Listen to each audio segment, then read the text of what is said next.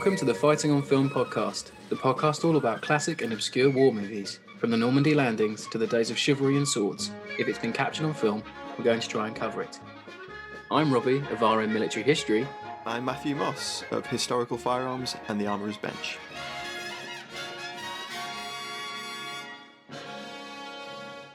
Hello there, sorry to interrupt. I wanted to let you know that you can now join our supporting cast over on Patreon. As thanks for your support, you'll be able to help us pick films, submit questions for guests, have first pick on brand new and exclusive merch, and much more. Thank you for your support. Now back to the show. Welcome back to Fighting on Film. This week we are joined by journalist and historian Mark Urban, who fans of the show may or may not know is Stuart Urban's brother, the director of Ungentleman in the Act. So we're thrilled to complete the Urban brother duo there. And Mark is perfectly... Excellent. Yeah, fantastic. So happy to have you with us. And this week's film is perfect for Mark to be joining us for, because his recent book, The Red Devils, charts the history of the Parachute Regiment during the Second World War. And the 1953 film, The Red Beret, does just that in its way. I mean, maybe you should start with production, Matt, and we'll go from there. Released in the summer of 1953 in the UK and early 1954 in the US, where it was released as The Big Jump and Paratrooper. Directed by Terence Young, who's probably best known for the slew of early Bond films, which cemented the franchise. But he also directed They Were Not Divided in 1950, Storm Over the Nile in 1955, Tank Force in 1958, and later Triple Cross in 1966. The production was organised by Irving Allen and Albert Broccoli, Cubby Broccoli, obviously linked there with Terence Young and the Bond films, and Warwick Film Productions, who also produced Cockleshell Heroes and Tank Force as well. So we've got some nice links there. Yeah, the Bond connection is strong this week. Exactly. The film was filmed at Shepperton Studios and with some filming done at RAF Abington and a few probably army ranges around Brecon, etc. I think at the end of the film, but we'll talk about that, I'm sure. Filmed in Technicolour and with a budget of just under $1 million, which is quite a substantial budget for the day. So it was a big film, and it did quite well at the box office. Interestingly, it was written by an all-American screenwriting team, Robert Maybaum, Cy Barrett, and Frank Nugent. Maybaum had written OSS, which Ladd starred in 1946. He also worked on Cockleshell Heroes, Tank Force, and Battle of Bloody Beach. So you can see there's some overlap here around Terence Young, Broccoli, and some of the writers that they worked with as well. Barrett had a really interesting career with a number of war movies written, including 12 O'Clock High, Porkchop Hill, The Last Command, Gathering of Eagles, and the Shea biopic from the 60s. Nugent, I think his most interesting one for me is he wrote the Northwest Frontier with Kenneth More, which is a film I love. Yeah. And it's apparently the whole film is based on a book by Hilary St. George Saunders, who was a World War I veteran who won an MC, but during the Second World War he wrote a lot of propaganda pamphlets and books. So Battle of Britain, Bomber Command, a number of various other ones, and he wrote also, I believe, a history of the Commandos as well, an early one. So interesting chap. Hilary St. George Saunders, great name. He wrote the first stab at a kind of history of the Parachute Regiment in the Second World War. And actually, I mean, well, I don't want to say it's the only attempt to do this before I wrote Red Devils. There were one or two others, but it's the only, I would say, proper attempt. And it's actually very good. It's a very good book. It's available. You can pick it up on eBay or whatever, or Amazon in a 70s reprint. But it is a very good book in telling the whole story of the regiment in the Second World War. So you're right, Matt, that he did write some other stuff during the war, which was perhaps less historical. But more HMSO stuff, wasn't it? I think. Yeah, grown-up author, proper author. Mm. And then just to round out some of the production side of things, cinematography was by John Wilcox, who again worked on Cockle Shell Heroes, and also Carve Their Name with Pride. Music was by John Addison, who you'll probably recognize from his work on, again, Cockle Shell Heroes, Reach for the Skies, I Was Monty's Double, Guns at Batazi, and Charge the Light Brigade, and of course, A Bridge Too Far. Yeah. So there's a nice airborne link there. And then, of course, I think we'll talk about this a little bit later on. One of the advisors on the film was Pinecoffin himself, and there was a lot of involvement from the MOD and the Parachute Regiment. Wooden box at the box office. Been dying to say that for weeks. Ah, well done. So cast-wise, now the movie is led by Alan Ladd, who plays Canada Steve McKendrick. Now he's posing as a Canadian, but he's an American serviceman who somehow has made his way over to England and joined the Parachute Regiment. He's just an excuse to have a star of the time, I think, by the studio. But obviously he's an American actor. Lead, yeah, American actor, known for his westerns. I think Shane comes out in the same year as the Red Beret was released. It's a big hit for him. His war movie credits include 1938's Come On the Leathernecks, OSS in 1946, a Korean war film called The McConnell Story in 1955.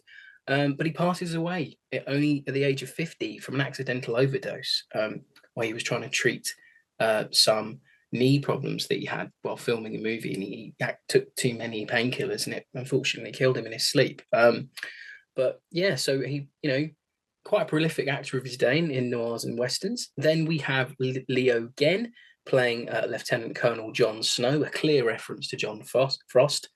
As we know, Genn, prolific actor of post-war era, lots of war film credits to his name. We'll just route through a few.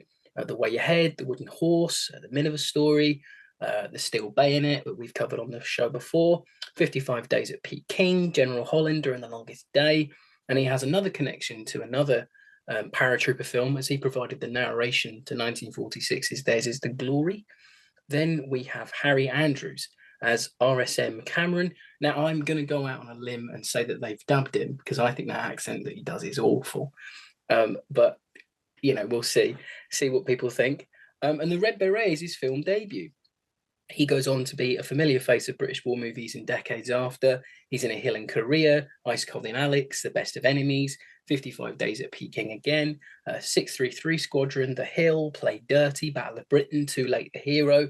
And his final military role came in 1978 when he was in the film adaptation of The Four Feathers. If you're a fan of the show, you'll know Harry Andrews' work. We absolutely love him here at the show. Then you have Susan Stephen playing Penny Gardner. She's Canada's love interest. The Red Beret's her only war movie role, but her other notable film roles include Carry On Nurse in 1959, The House Across the Lake in 1954, and a film called Pacific Destiny, where she starred alongside Denholm Elliott. Then we have Donald Houston as Taffy Evans, another actor who's just in lots of war movies, it would seem. In that golden era, he's in the Yangtze Incident, 300 Spartans, 633 Squadron again. There's a lot of links here. The Longest Day, and I think his most famous war movie role is where he played Christensen in Where Eagles Dare, where he got a boot to the face from Richard Burton. That's what I always remember him for. And then he's in The Seawolves in 1980. Then we have Anthony Bushell, who plays Major General Whitling. His credits include 1939's The Lion Has Wings, The Miniver Story, Bitter Victory, Battle of the River Plate, and for any of you science fiction fans out there, he played Colonel Breen in the 1958 9 series Quatermass and the Pit. I know you're a fan of that, mate. I think it's Robbie. I think it's Whiting, isn't it? Was it Whiting? Sorry, slip of the keyboard. Yeah, which is another name pun on Browning. Just as the Major Snow is a pun on Frost, so obviously Whiting is a pun on Browning. Oh, I didn't make the connection. Oh, there we go. And then we have Stanley Baker, very young Stanley Baker, playing Sergeant Breton. Now, he's definitely dubbed. It is one of his first big credits, and they dub him. Travesty. Absolutely shockingly dub him.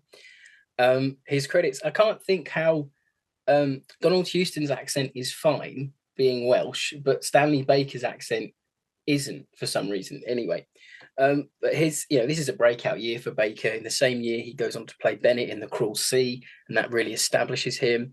Then he's in Hell Drivers, Guns of Navarone, and of course he's Child in Zulu. We don't need to wax lyrical about Stanley Baker. I think everyone who's listening probably knows how famous he goes on to be. And then the final sort of actor of note that I've got in my notes is Anton Differing, plays a Polish volunteer called the Pole, and a rare role where he's not playing a German. Yeah, so it was really interesting to see not only a very young Anthony Differing, but one where he's in a Denison smock. So it was overall, I think, apart from I'm going to say it early, but apart from Alan Ladd, I think the rest of the cast is really good. Yeah, I think it's a strong enough cast. They all make a good job of what they're given, I think. But yeah, there's something about Ladd that doesn't sit right, and I think it's half the way his character is written, and then half the way he's acting the role. I think perhaps. I don't know what you guys think about that. There's a weird thing as well in the writing. It's sort of implied that he's got a past, that he's run away from something in America, but I'm not sure it's ever resolved what it is. There's a scene where he's in like a country house with his girlfriend, the wife Packer. Yeah, and he explains that he was doing a test flight with some rockets or some sort of kind of bomber, and he made his co-pilot bail out. Ah, okay. And his co-pilot, I don't know how I missed Roman that, Candle. Yeah, it's not the most engaging part of the film.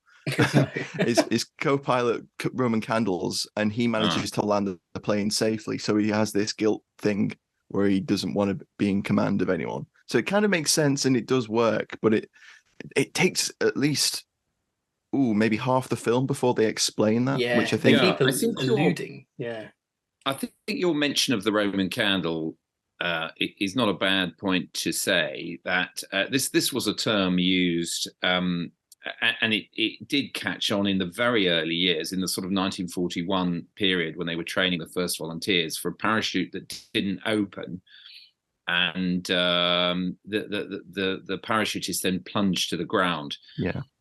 And I would say, I mean, I'm not going to stumble into favourite scenes just yet, but I would say that bit of the film, which is fairly near the beginning, where they're training at what would be Ringway, near Manchester, which is where it was done in the war, is pretty good in terms of sort of authenticity, both of sort of language and in terms of what they go through in order to become, badged members of the parachute battalion. So I think that's a pretty good part of the film, and in a way that use of the term Roman Candle is a sort of token of that accuracy. I like that they had Taff reading the handbook, the Parachute Regiment handbook. I like that inclusion, and it had in a little print like second edition. I thought that was quite neat. That. Yeah, they all act like it's a horror novel. I like that sort of boy's own feel of that scene. It feels like they're huddling in their bunk reading like a ghost story at night, and it just sort of spooks them. I quite like the way they did that. So moving on to the retro review this week, did you have one, Matt, or did you? No, mate. Oh, brilliant. So the retro review comes from Reg Whitley. I think we've had some of his reviews before, from the Daily Mirror from August the 14th, 1953. When I heard that Hollywood was coming to Britain to produce a picture about our Red Devils, I had my doubts, especially when I found that Alan Ladd was to play the hero. But my fears were unfounded, for the Red Beret turns out to be a good film and is a sincere presentation of a vital aspect of modern war. Based on war historian Hilary St. George Saunders' book, it concerns an American ex-officer who, for reasons of his own, becomes a Canadian and serves as a private in the British Parachute Regiment. The story is a bit on the thin side, but there are nerve-wracking parachute jumps and a spectacular raid on a secret radar station in France amongst the thrills. Alan Ladd does well as a cantankerous Canadian. Susan Stephen is the young RAF parachute packer who breaks down his reserve. Leo Genn makes a dignified CO. Keep your eye on Susan as she has pep and personality. A grand and gripping He-Man picture, but the girls will enjoy it too. Not a bad review. Not bad. I like the reserve pun. It's good. I hope that was intentional. Yeah, I think Reg adds a bit of colour when we get Reg's reviews. Yeah, he does, doesn't he? Yeah, no, he's not like Dick Richards, who's a little bit more po-faced with his writing. I find, but it's a decent review. So on to the one-word reviews this week. So we had Phil Kane goes with Palm, and there was a picture of the airfield on Twitter, and Irvin himself commented underneath classic. AD Bond goes with a Denison. lone sort of palm tree in the middle I of know, it's great. Abingdon or wherever it was. Very funny. Some poor prop man had to go out and find that. I love that. AD Bond says Denison. Kevin Getz goes with Bruneval. Daniel Michael simply goes with Smock. Nick Champion says Ali. Tom Petch goes with Hat. Ian Houston goes with Canada. And Brian Williams goes with the bagpipes. And finally, World War II TV's Paul Woodidge, and he's linked it with dashes, so I guess it's one word. He goes, Anton Differing a goodie? ? So it's and I think we had a couple of others that someone said poor as well. So it wasn't all roses. But no, I think the one word reviews never fail to sort of capture a movie in a very short amount of words. Yeah, I think you're right. I do. Yeah, I think it's a good one. So, I mean, we should probably move into the alley tally because it'll probably be a bumper crop this week.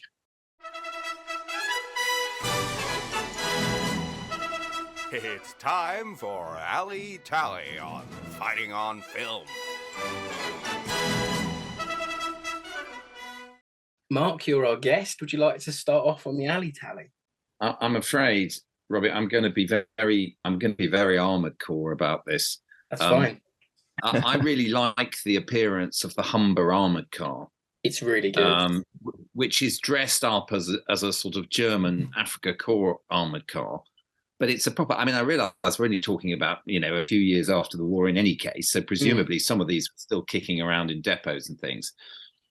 But I like the Humber armoured car. And indeed, if one wants to get really sort of anarchy about it, the Germans did capture plenty of them.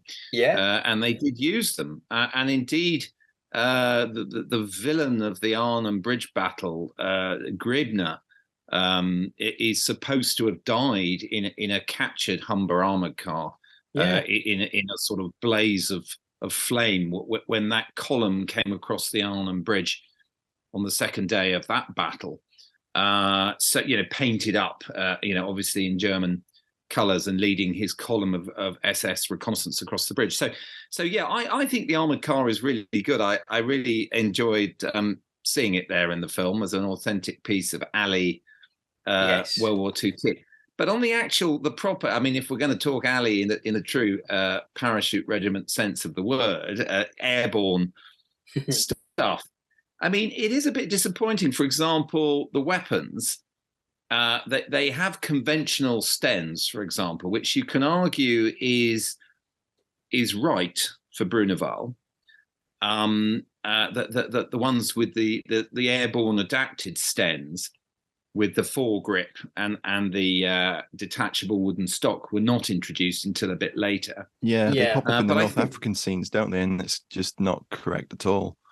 Well, there's an odd mixture of Thompsons and Stens in North Africa, which I mean, I'm not saying it's inconceivable that someone might have been kicking around with a Thompson, because they were around in that theatre. But yeah, the actual sort of airborne stuff that you'd be hoping for is a bit deficient. There's another very curious feature of the film, which is probably to do with how they filmed it and what the rules were about where they were filming on the stages and stuff. But when the guys go into the plains to do their 2 assault drops on Bruneval and in North Africa, they fairly obviously don't have any weapons with them. And in fact, they don't have helmets either. They keep their red berets on. And whereas in reality, on those drops, many men would have had disassembled stens strapped in to their sort of chest rig. And that was the case with those early drops, that they did have stens, the so-called longs, that the Enfields and the Bren guns were in containers that were dropped. And in some of the scenes, you do actually see the containers. So that's an accurate alley feature. But yeah, I'm afraid I opt for my single piece of alley kit. I opt for the Humber armoured car. that's a great choice.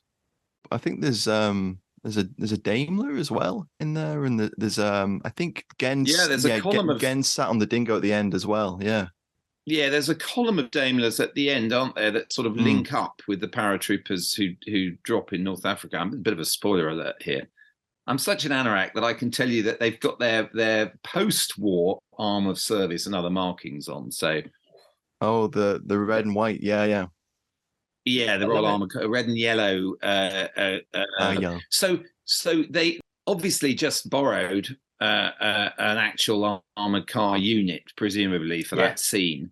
And just as actually the film of the actual drops themselves is clearly from some exercise or other, where they've been able to film or take stock footage of paratroopers launching themselves out of the doors of Dakotas and stuff like that. Another very Anaraki point is that in the stock footage you see the paratroopers leaping out, and soon after the chute's open, they drop their kit bags and their weapon valise, as it was called, so that it hangs down beneath them, which was not a practice that was adopted in the parachute battalions until the summer of 1943. So it wouldn't be right for Bruneval or North Africa, but that's an Anorak point where I think we can chill. We can let them have that one. Let them off. I mean, it's interesting because we've already mentioned the drop canisters, but you see the leg bags deploy, and then you see them all running to the drop canisters as well. Which I think is a nice inclusion, because they could have just left that out. But there's some nice scenes of them opening up the canisters, and there being a load of number 4s in there. And in one shot, there's actually a Vickers, a fluted barrel casing Vickers. That's a nice touch. Which is a nice touch. You don't get to see it in the film, but it's a nice touch. As we've already mentioned, Stens, I think this is the only film I've seen where most of the major models are featured in it. You've got the Mark 1 Star, which is very rare you've seen in films, the Mark 2, and the Mark 5, which is, if there'd been a Mark 3 in there, we would have had the full gamut of Stens. I was magnifying glassing the screen looking for Mark 3s, and I couldn't see any. But I was like, please, because it would have been the only film where you get all the Stens. But we've had. Well, I've been out Anorak here, because I will confess that I could not tell the differences of Mark. I mean, obviously I know the airborne modified one to look at, but between the early Marks, you've got the edge on me there. Oh, we're a sucker for Mark 1 Star Stens in movies because they're just so rare. Oh yeah, they are super rare. So the easiest way to differentiate them is they have like a full barrel jacket and then a pair of sight protectors at the front. They look a bit like a Mark III, which has got the full barrel jacket but no sight protectors. The Mark 1 Star is the version where they took the wood off it, because initially the Sten gun had wood and a rather large conical flash hider, but to make it a little bit easier to produce, they took all of that off. I think Ladd, Genn, and possibly Andrews are the only people that are seen with those, and it's during the Bruneval Raid, and then I think there's a little bit where they're in the I say quarry, but it's obviously Brecon Ranges or somewhere like that. At the end of the film, where they have them as well, and I think it's interesting because I think at Bruneval they had the Mark IIs, which is the one with the exposed end of the barrel. Yeah. Because there's some photographs on Paradata of the guys coming back on some of the boats, and you can see a couple of Mark IIs. And I think Genn has a Mark II in some of the scenes in what's called Operation Pegasus in the film, but he's obviously quite clearly Bruneval biting, which is really interesting. But there's a whole plethora of interesting stuff in this film, actually, in terms of weapons. Just to run some of it down, there is quite a few Brens, a couple of anachronistic Mark IIIs sneak in, which is not unexpected given the MOD's involvement, and it was probably just what they had in store, rather than it be something from a film armourer. In terms of weapons for the Germans, I don't know if you noticed, but there's a couple of Germans that have Stens and tend onto their sides. Oh, really? I didn't see that either. Amazing. There's a couple MP40s. There's a few K98Ks, but I think the Germans at Bruneval, they look a little bit World War I in their uniform, don't they? They've got that classic. They're in that 50s trope. We haven't got enough uniforms all the way through the war. Yeah. And they also bring up some British 3-inch mortars in that scene as well, which not inconceivable. Captured at Dunkirk, Battle of France. Not inconceivable at all. I'll let them have that. But I think the funny part of that scene is Genn knocks them out with a grenade as they're retreating, which suggests that like within 30 feet. They've set the mortar up 20 yards away. Yeah. They're probably firing directly upwards to get the drop on them. And then the only other interesting thing that popped up for me was the Panzerschreck at the end, which they describe as a bazooka.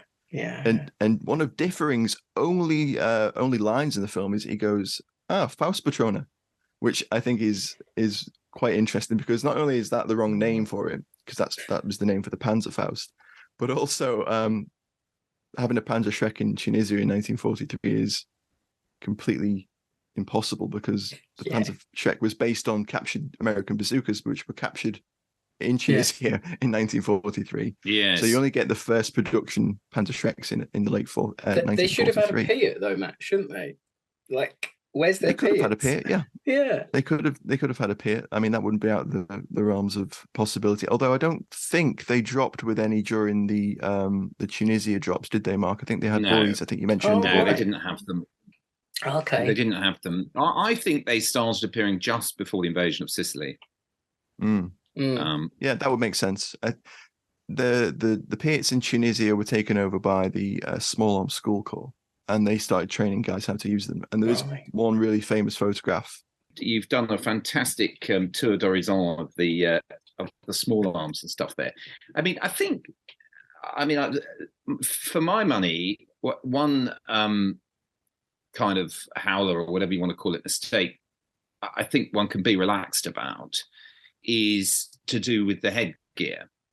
So obviously, having called the film The Red Beret, they don't really want to tackle the fact that at Bruneval and during the period when these guys would have been being trained, that they didn't have the Red Beret. I mean, it's curious that the first couple of scenes involving the Johnny Frost character, Major Snow, he is wearing some form of regimental headgear, which, of course, is what Johnny Frost did even well after the Red Beret had been introduced. He was a rather reluctant convert to it. The other thing, of course, is that the badge, even when they got the Red Berets, which they did get them in Tunisia, they, for the first several months, wore the Army Air Corps badge rather than the Parachute Regiment badge that we know today. And it was only really, it was another thing like the Piat that appeared in the summer of 1943, the Parachute Regiment badge. So I think one can be a bit relaxed about that, given that, same with Denison, you can have a big argument about when did it actually come in. There were sort of plain canvas-coloured smocks in use at Bruneval, but I don't think one wants to be so anally retained. I know Denison has a iconic, quality, isn't it? Yeah, because that's what I've got in my notes. I think for its kit-wise, I think it's one of the best representations of the early Parachute Regiment on screen, because as you mentioned, you've got those step-in style brown smocks that are based on the Fallschirmjäger ones, and then you move on to the Denison, and you've got the early parachutist training helmets that always look to me like the Star Wars rebels in Endor from Return of the Jedi. They look like that.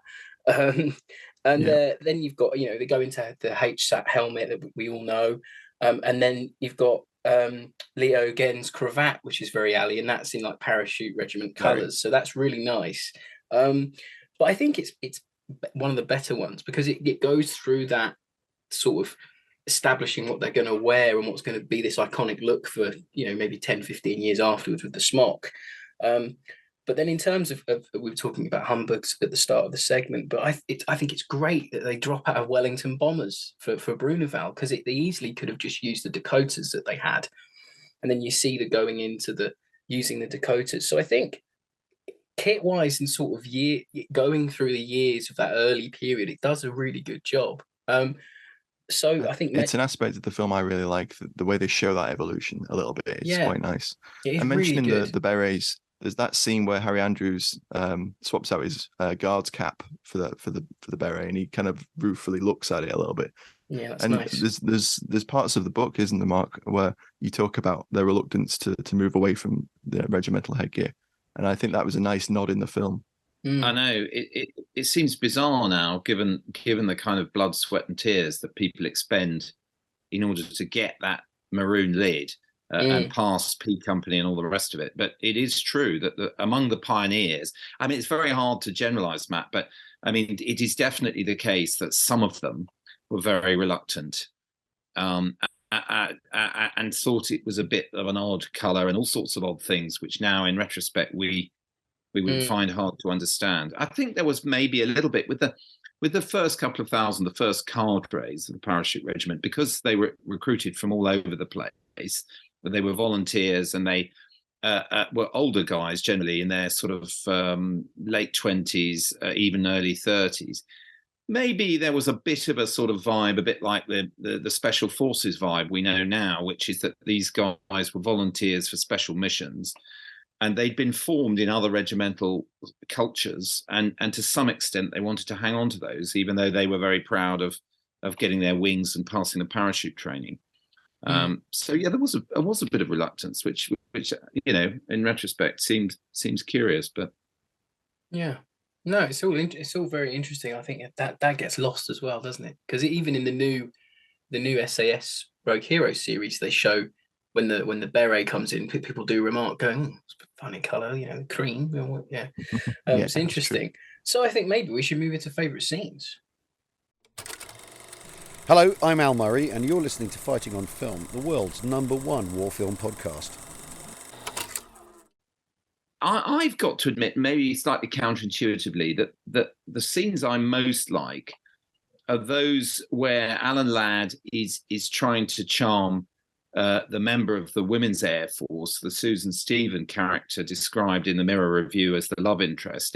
These take place at in the parachute training at Ringway.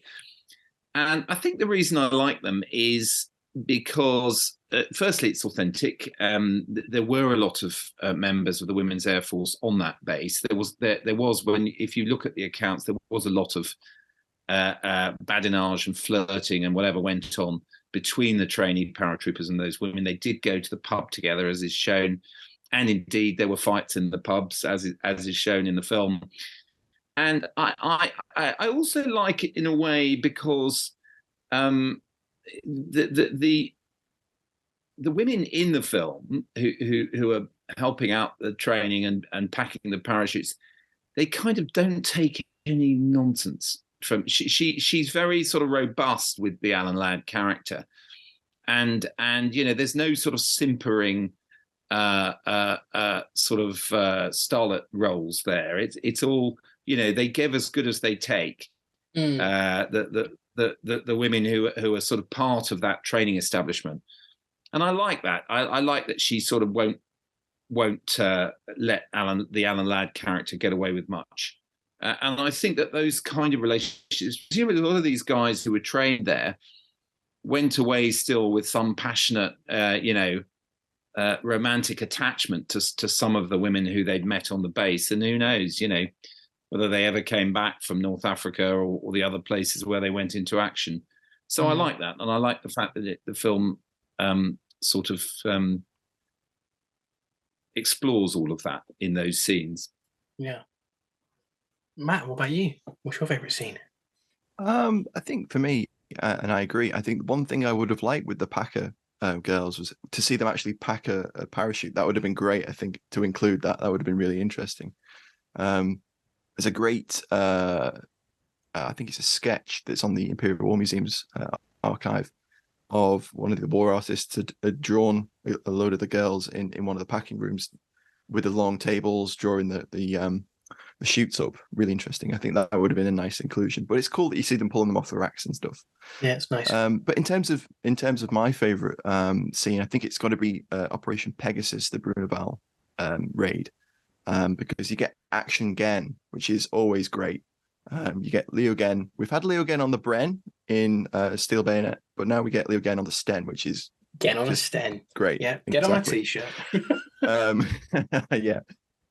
So I think there's a lot of interesting parallels that they do with that raid, and they set it up really nicely, and it's a nice initial payoff to all those great training scenes, which, as Mark's already mentioned, really is probably the only training montage that you get to see of parachute troops in any of these films, because most famously, A Bridge Too Far, you're just dropped straight into operational role. You don't see any of the training and what goes into that. So that's one of my favorite elements of the film, that they include that. But as a scene, I think the Bruneval Raid works really well because it's ambitious, and it does the whole raid. It does it shows Sergeant, I think the character's name is Cox. Oh yeah, the RAF technician in this. He's included. There's the escape down the beach, and the difficulty in getting contact with the Royal Navy offshore, which I thought was a nice inclusion, which is true to fact, using the Very pistol. But yeah, I think there's a little bit of embellishment with the mortars, and as we mentioned, within like 30 feet of the radar position.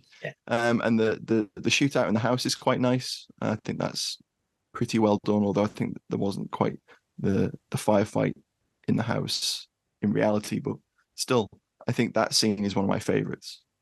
What about you, Rob?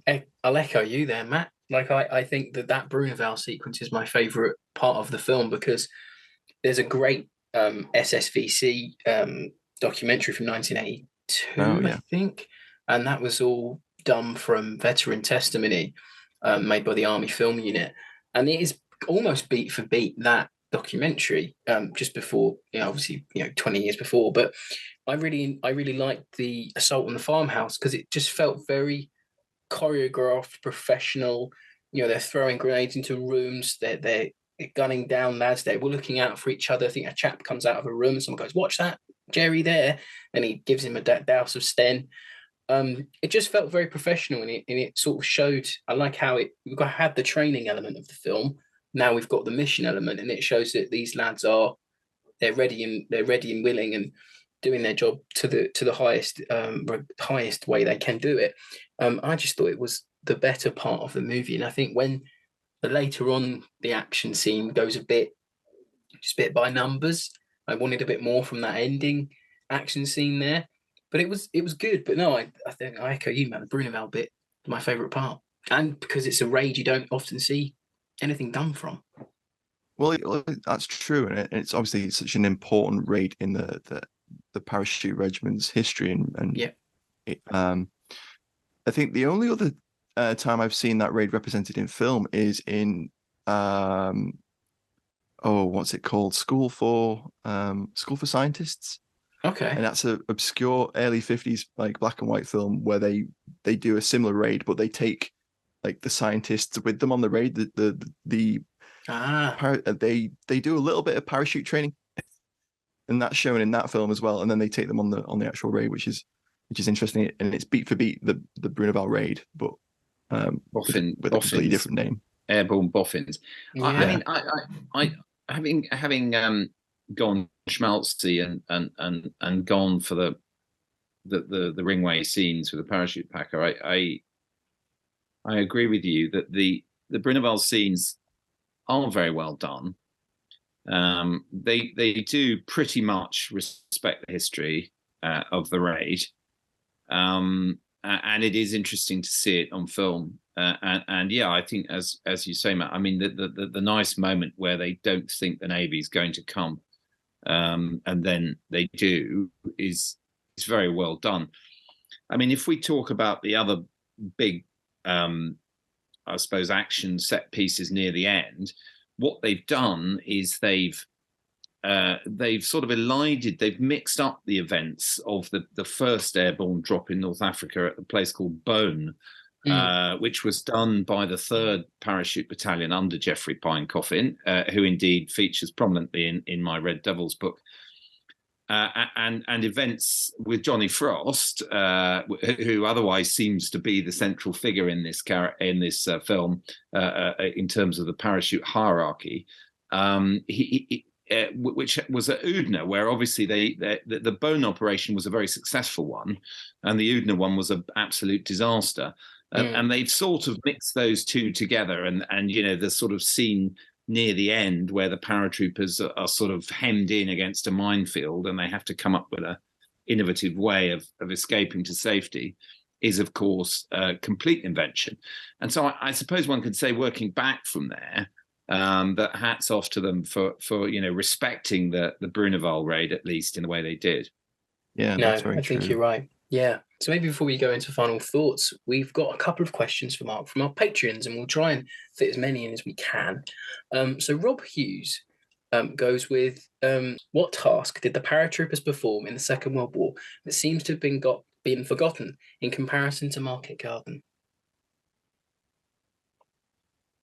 Well, I would have to say that I suppose there are two key episodes, one of which is pretty important in my book Red Devils, which is the Tunisian campaign, and which many say, and even some said at the time, was really the place where the Parachute Regiment earned its reputation as a absolutely top flight fighting force.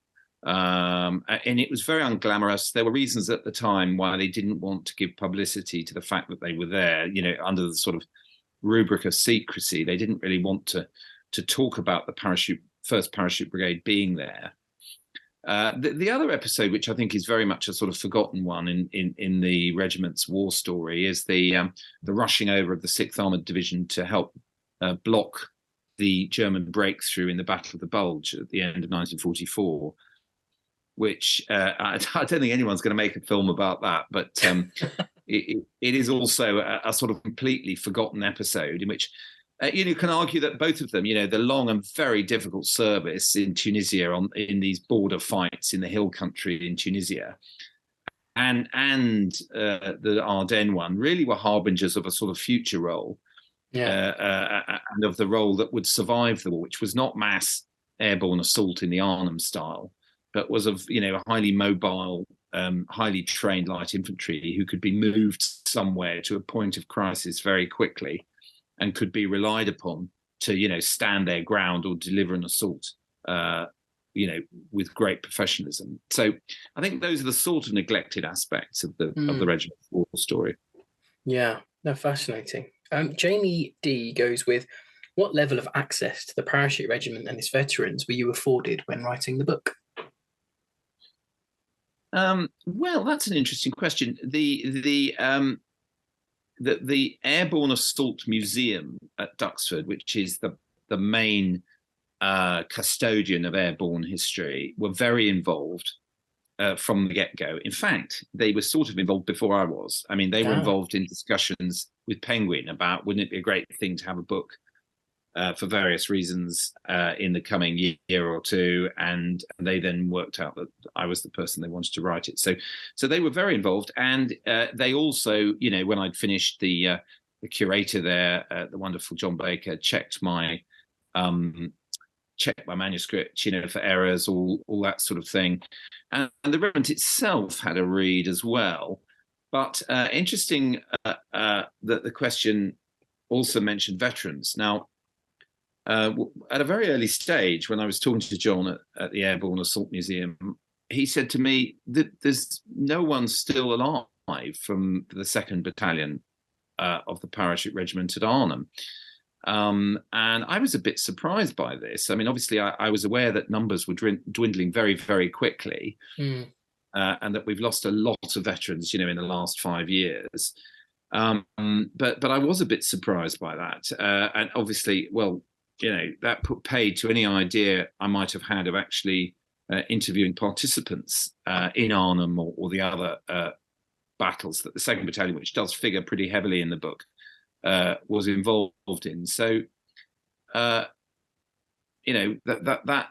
was that really. And I decided then to really focus on trying to find things like collections of letters and journals and things, which maybe hadn't been used before, in order to really sort of bring alive the spirit of the times and the thoughts and things that people were doing at the time.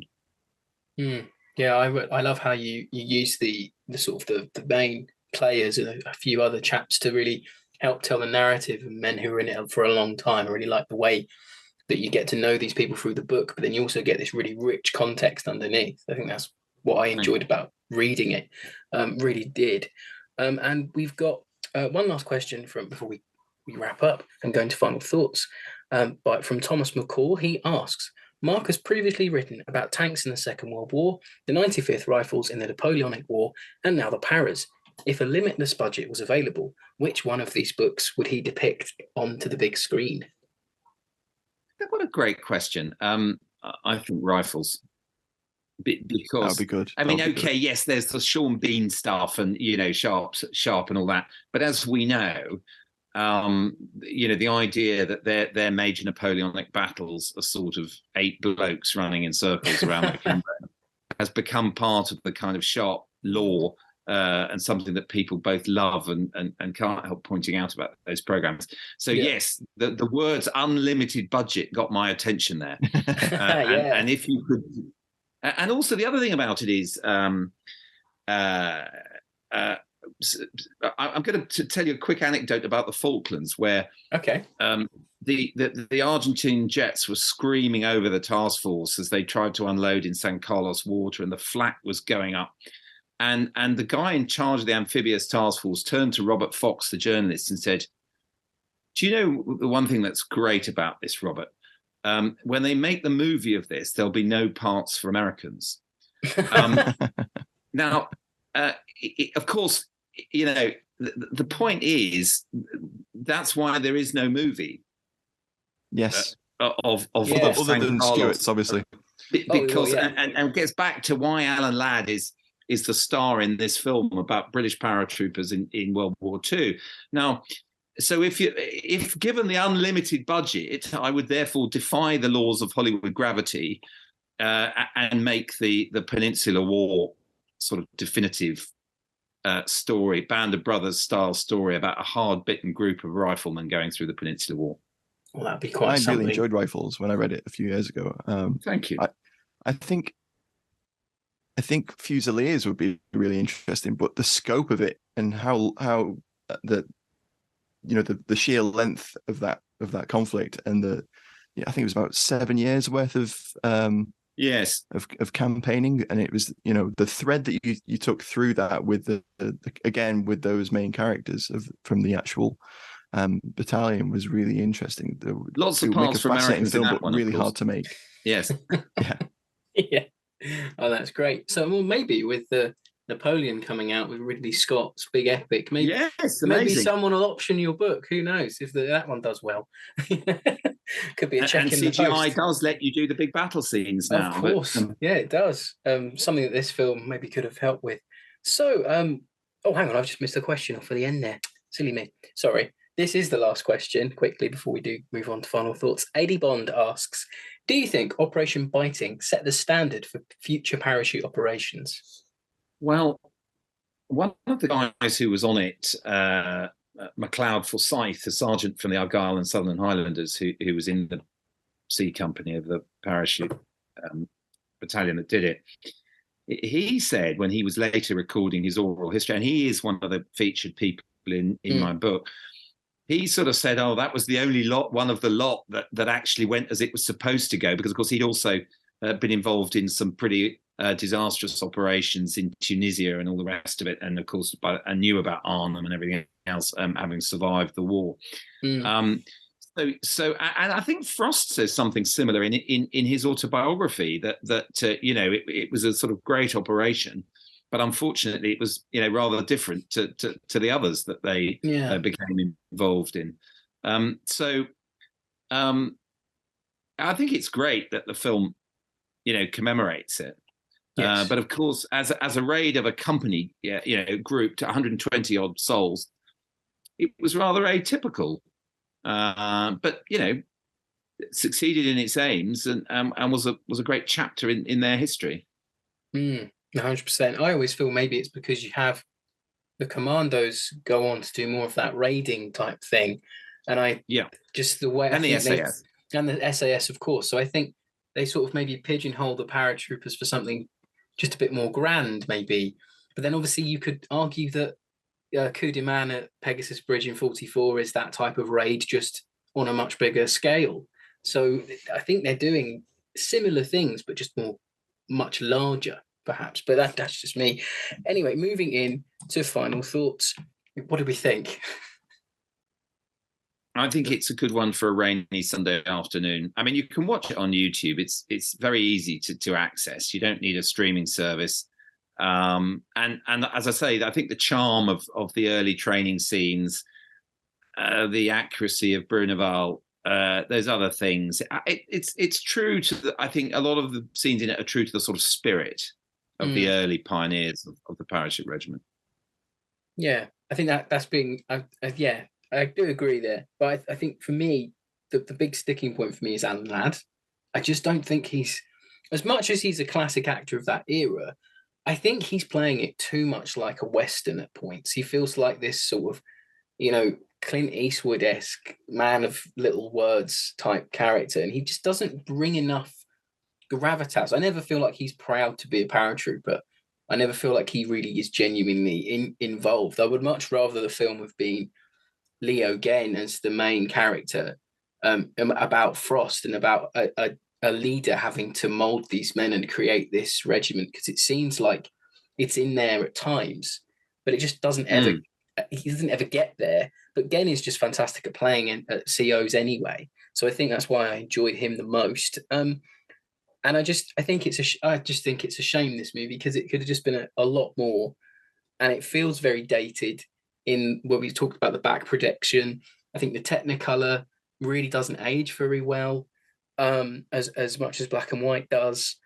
And I think it's the weakest of the parachute films that feature the Parachute Regiment that we've done on the pod. But as you say, I do think it is something you can just stick on a Sunday afternoon with a beer or a cup of tea and some biscuits, and just sort of just zone out to. What do you think, Matt? I think just to mention there that I think we talked about the back projection before we hit record, but yeah. So at the beginning of the film, there's some bits in the hangar which is supposed to be Ringway, where it looks like they've done a back projection and filmed some of the speaking scenes separately. And there's a little bit of that at the end where the Daimlers go by, and Genn's talking to Ladd over the grave of Harry Andrews. But yeah, it's a tricky one, because the character is so acerbic at the beginning of the film that it almost goes on a little bit too long, because you don't become interested in what happens to him. You're invested because of how just brash and unlikable he is with people. And obviously the interactions with Penny break that down a little bit, which is good. And we find out a little bit of his backstory, but it does take an awfully long time to get to that. But I think that's, as I said earlier, 50-50 between the writing and the way that Ladd has interpreted that and acted. So generally speaking, I think the film has a number of elements that add to it. Or let me rephrase that. The film has a number of elements which are positive, in that we have that great training sequence, the depiction of biting Bruneval, and then there's inclusions which are really interesting, like we've already talked about the inclusion of drop canisters and the explaining of Roman candling and the showing of the balloon drop. I think they're all really nice things to include, that give the film a little bit more what's the word I'm looking for? Yeah, they give it a little bit more depth, I think. That's it. And there's a scene in, I think, On the Way to Bruneval, where Frost or Snow gives an anecdote about his time in India, which is obviously based on other people from the regiment, because Frost was in Iraq rather than India. And he talks about a battalion of Gurkhas that volunteer en masse to be paratroopers, not knowing that they were going to have parachutes. He says, we're going to jump from 1,000 feet, and the Subadar says, can we not, jump from 500? And Snow explains that the parachutes weren't open. They go, oh right, we didn't know we're having parachutes, and that's a nice way of like including the fact that there was a Indian parachute battalions as well. I thought that was a really interesting way of doing that, although it's a little off the cuff and let's have that movie. A funny scene. Yeah, isn't it?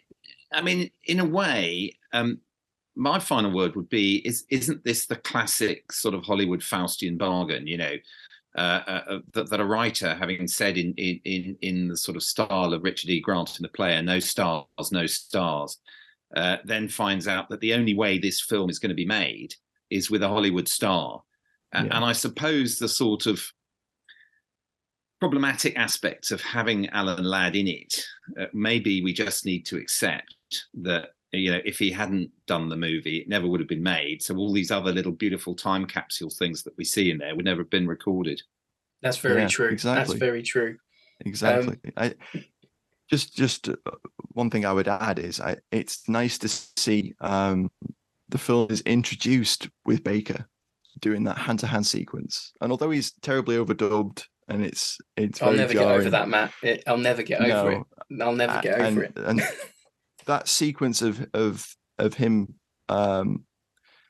being so brash in the plane, I'll go first, show you how it's all done, show you all how it's done, and then you're just not expecting him to have that fate. The Roman candles himself, and they show him hitting the floor as well. I thought that was they do, and it's very striking. I couldn't put that in favorite scenes, obviously, but that is a noteworthy scene. Yeah, no, I know what you mean. But to sum up my thoughts on the film, I think I agree with Mark in that you can accept its flaws and appreciate the things that it does highlight.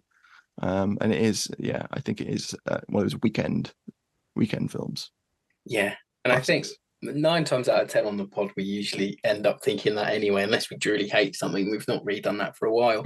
So, I mean, if you haven't read Red Devils yet, I finished it this week. It is fantastic. Even if you're a novice about the Parachute Regiment, where you think you know it all, you're going to find something in there. It's a triumph, Mark. Thank you so much for joining us. I listened to the audiobook, and I must say that the accents that you did in the audiobook were phenomenal. I think. I really wasn't sure when I left the recording. I really wasn't sure whether that had been a good idea, but I liked it. Thank you anyway, it was Matt. Great. You could have overdubbed Harry Andrews much better than they did. So yeah. Well, that comes from having served in a Scottish regiment, you see. Oh, there we are. So, as always, you can find the back catalogue of the podcast by visiting fightingonfilm.com. Start from episode 1 and catch up with us. And we will catch you again next week, everybody. Thanks for listening. Thanks, Mark. Thanks for listening, everyone. Bye. Cheers, guys. Thanks very much. Bye-bye.